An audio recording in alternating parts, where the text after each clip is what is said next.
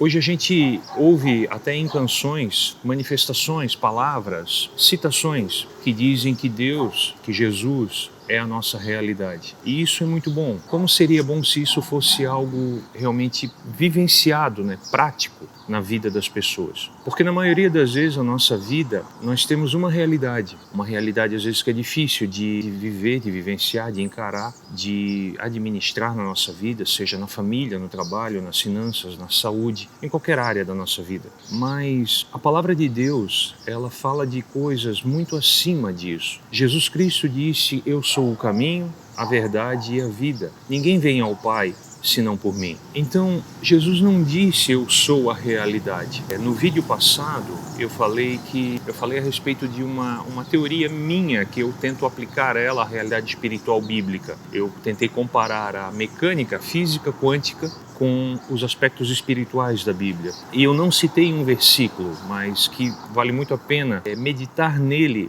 para trazer para a nossa mesa aqui. Veja que a Bíblia diz que quando dois ou mais estiverem reunidos, Ele está no meio dele. Jesus está no nosso meio. E diz o que dois ou mais estiverem ligados na terra, aqui nessa terra, se eu e você concordarmos em oração, em alguma coisa aqui nessa terra, terá isso já sido ligado no céu. Então, às vezes eu tenho uma realidade aqui na terra que não é boa. Não é boa essa realidade. Mas existe uma verdade, e a verdade é superior à realidade. Talvez o teu diagnóstico, talvez não só de saúde, mas qualquer diagnóstico financeiro, qualquer diagnóstico que diga respeito a qualquer área da sua vida que esteja em crise, seja negativo, e essa é a tua realidade. Mas a verdade é que Jesus nos faz mais do que vencedores. Eu me lembro que eu li um livro uma vez que falava da época de Natal e que nós estamos aqui nessa terra caída, a terra está caída, a natureza caída, a natureza humana também caída. Essa frase, esse pedaço, esse trecho do livro falava o seguinte: se a nossa maior necessidade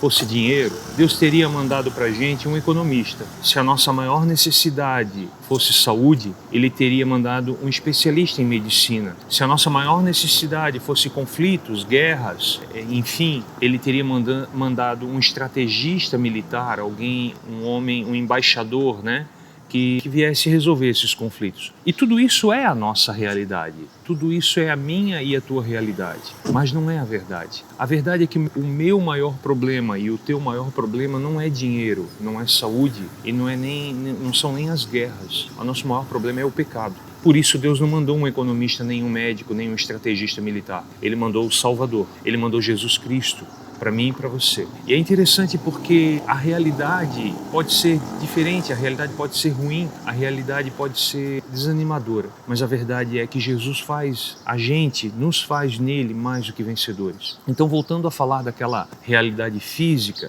quando nós ligamos aqui na terra, terá sido ligado no céu. Por quê? Porque no céu há a verdade e aqui na terra há uma realidade. Por isso que eu falei no início do vídeo, quem me dera, quem nos dera que a nossa realidade imitasse a verdade, fosse idêntica à verdade. Como eu falei no vídeo da física quântica, que a nossa realidade se entrelaçasse com a verdade de Deus e se espelhasse nela e reproduzisse ela. Porque é disso que o Evangelho fala, de Deus se manifestando na Terra para salvar o maior número possível de pessoas, levar a Ele, levar ao conhecimento dele. Em João 12, Jesus disse que quando o Filho do Homem, falando a seu próprio respeito, for levantado na terra, atrairá muitos a Ele. Bom, quando Jesus Cristo foi levantado numa cruz, desde então, Ele tem atraído multidões até Ele. Tem atraído multidões. A semelhança de Moisés no Antigo Testamento, quando o povo murmurou, quando o povo começou a reclamar da situação que estava passando, e reclamava de tudo e nada prestava,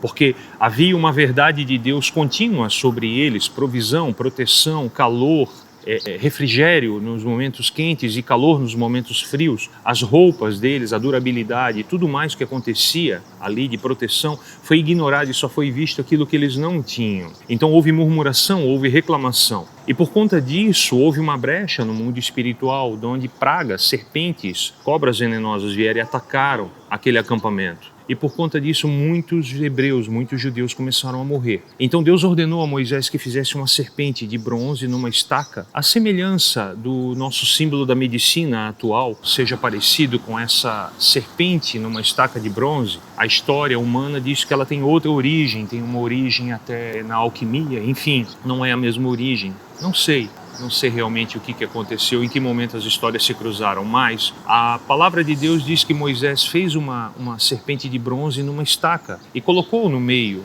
do arraial, simbolizando o pecado ali crucificado, simbolizando o pecado, o veneno pregado na cruz. A realidade daquele povo era a morte por conta do seu pecado, mas Deus ofereceu um escape. E por mais incrível que pareça, aquilo ali representa a verdade. A verdade é a cura que há em Deus. Então, quando eu e você olhamos não para a dificuldade, não para a realidade, mas olhamos para Jesus, Ele se torna não apenas a nossa realidade, Ele se torna a nossa verdade. Ele é o caminho, a verdade e a vida. Ninguém vem ao Pai, Ele diz, a não ser por mim. Por quê? Porque Ele está no Pai. Ele não diz ninguém vai, Ele diz ninguém vem, porque Ele está no Pai. Então Ele não nos oferece um Deus, Ele oferece um Pai. Amém? Se essa palavra falou contigo de alguma forma, de alguma maneira, te tocou, compartilhe ela com seus amigos, com seus familiares e não deixe de curtir também para que nosso alcance seja um pouco maior e mais pessoas possam ser abençoadas através dessa palavra. Amém? Que Jesus Cristo, o Filho do Deus vivo, que veio em carne,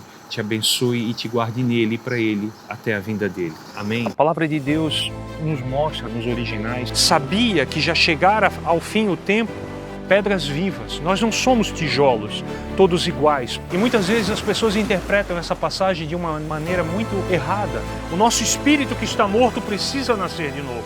É celebrado um feriado em Israel, o dia do Purim. Ele não tinha condições nem de cobrir a sua própria nudez, ele era totalmente inútil. Prendeu a Pedro, tocou a orelha de Malco e o curou. E Deus é misericordioso para nos levar a esse lugar. Amém?